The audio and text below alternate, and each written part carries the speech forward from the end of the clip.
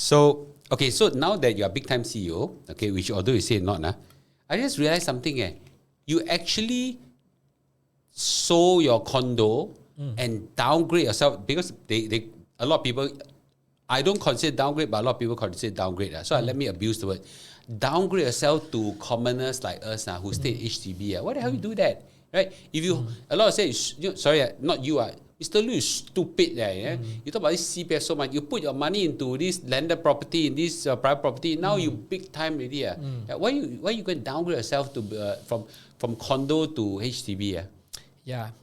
So the last and time you still stay in HDB, right? Yeah. I mean, the last time when I shared that, people said, Chris, you must have invested in other properties. I have no other properties because I don't understand property. That's one. Secondly, in the earlier years, I have no money. I was trying to survive as an entrepreneur, right? And I personally believe in investing, like yourself, in public securities even more, right? So I don't like to get stuck with an asset that has got no liquidity. I'm not saying it's wrong. I just don't like it personally. Why did I downgrade? One of the major reasons why I downgrade, 40 years old, that was when I did a decluttering. I had a midlife crisis. Decluttering. Okay, that's called decluttering. Because I had 2 cars then. I was driving. Of course, life was better then already. I had 1 car. My wife was driving 1 car. And then we stayed in a nice condo. I've been staying there for 10 years. I could, of course, afford it and continue to stay there. But then I wanted to declutter and free up more cash to do one thing.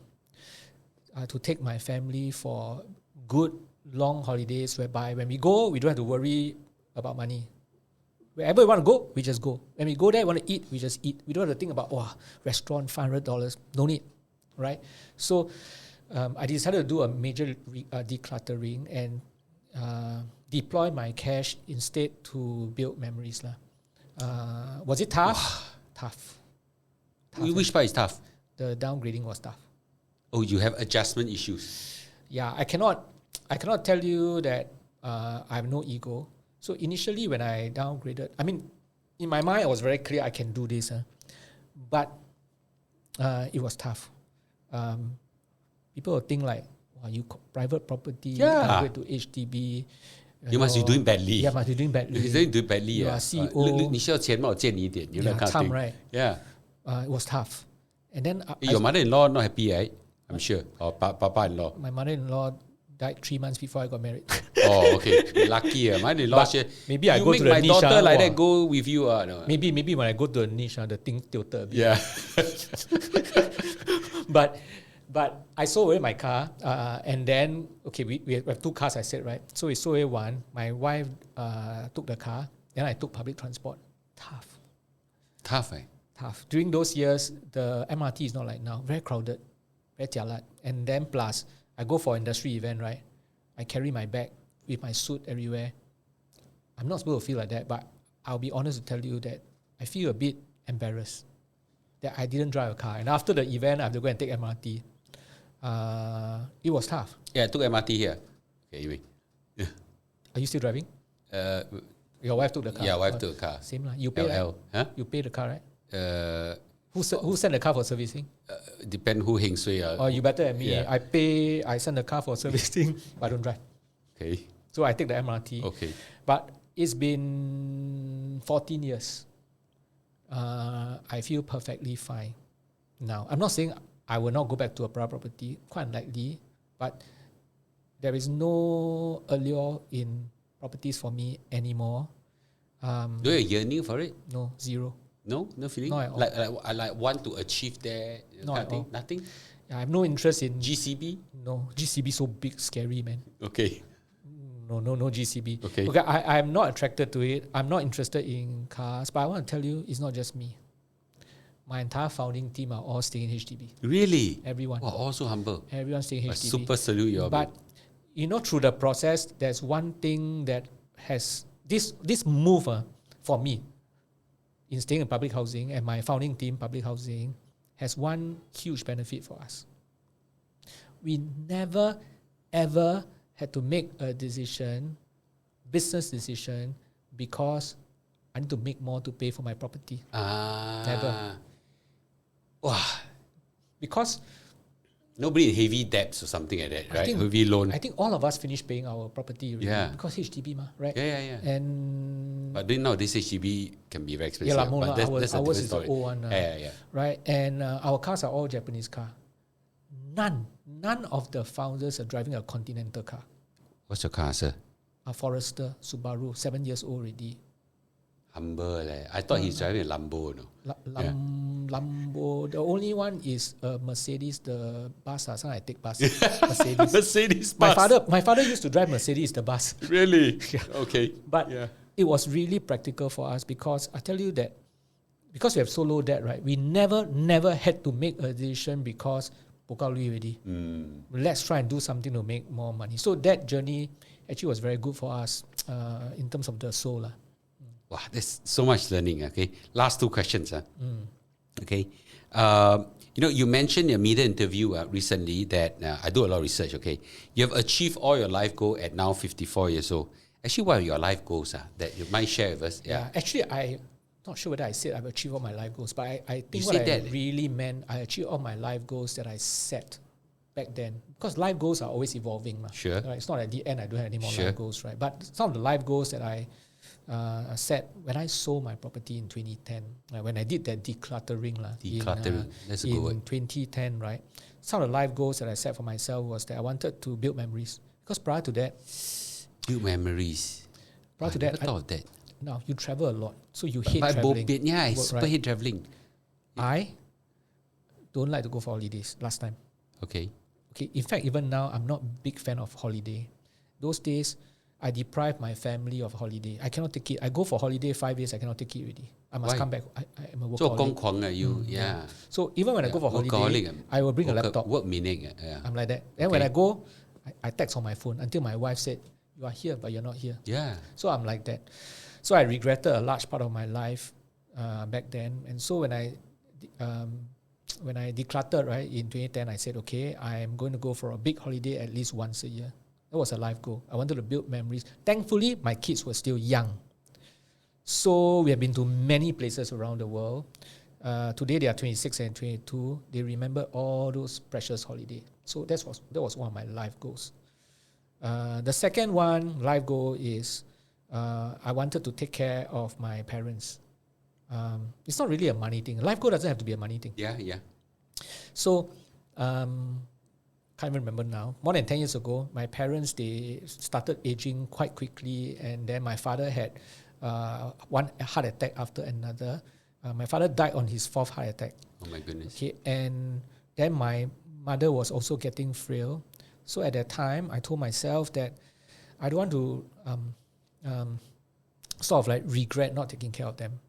Yeah, so I told my siblings that for my parents, all their medical, I will pay and I will accompany them for each of their medical appointment. Now, it's not that my siblings are irresponsible. I wanted it. And because I'm married, right, and two of my sisters are not, so my mother and my father stay with them. So they have all the time. I don't have. I can only visit them once a week. So I told myself that I want to bring them for every medical appointment. I think I would have done 98% because sometimes I cannot, my sister will bring. And those were very precious times because a good public hospital, 2-3 hours of waiting. Chit-chat with them. We talk about everything. Wow. Until today, in my calendar, every Saturday I'll put a slot, visit my mom Saturday. I never remove that. My mom has passed away for 3 years already. Oh, really? Yes, it's still there. It's just me. I didn't want to remove it. But that was a huge life goal for me because I would have said that within my constraint, of course, every one of us could have done better, but within the constraint that I had, I think to my parents, they know that I've given my best to them when they were still around. So that was the other life goal. The other one is more, let's say a life goal, a life event. There's a difference between life event and life goals. Sure. Life goals may not necessarily be things like retirement and all that. But life event, I supported both my kids for uni.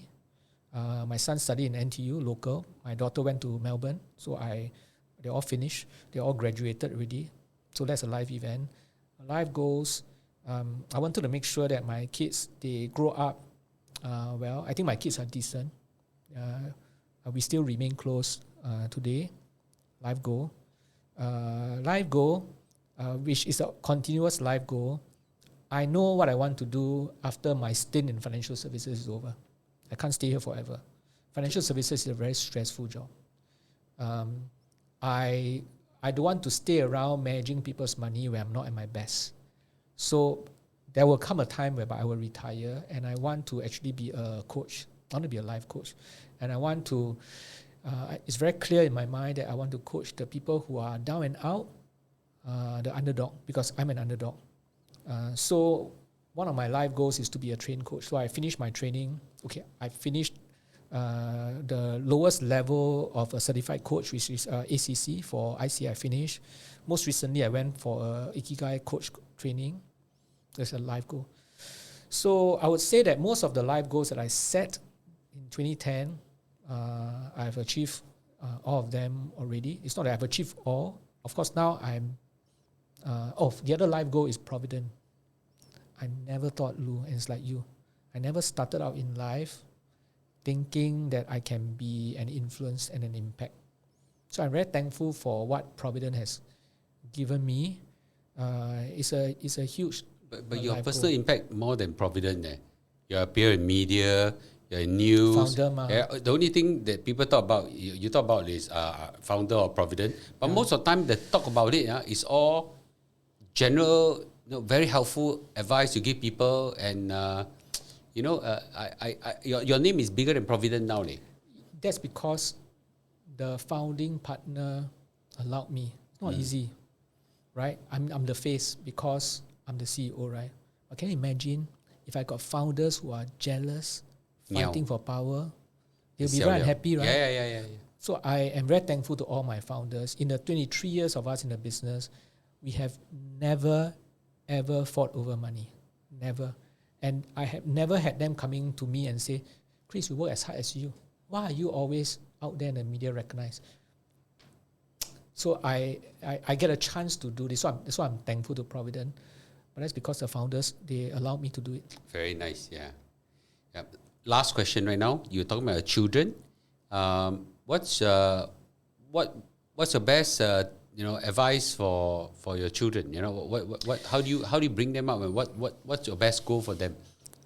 Or throw them out in the streets just to fend for themselves? I mean, there are many but interest of time, I'll just say this. Many years ago, I told my children this, and I've shared this before. I said the three things I want to tell you is this. Unfortunately, the world judge us based on what we have or what we don't have. Is that true? Yeah. Unfortunately, the world judge you based on the car you drive, the brand you wear, the title you hold, the property you stay. It's true. Today, if I'm not CEO, nobody will be interested in me. I will have lesser influence. So the world judge us based on what we have or don't have. That's the rule of the game. So I told them, go out there, get everything you need so that the world will listen to you.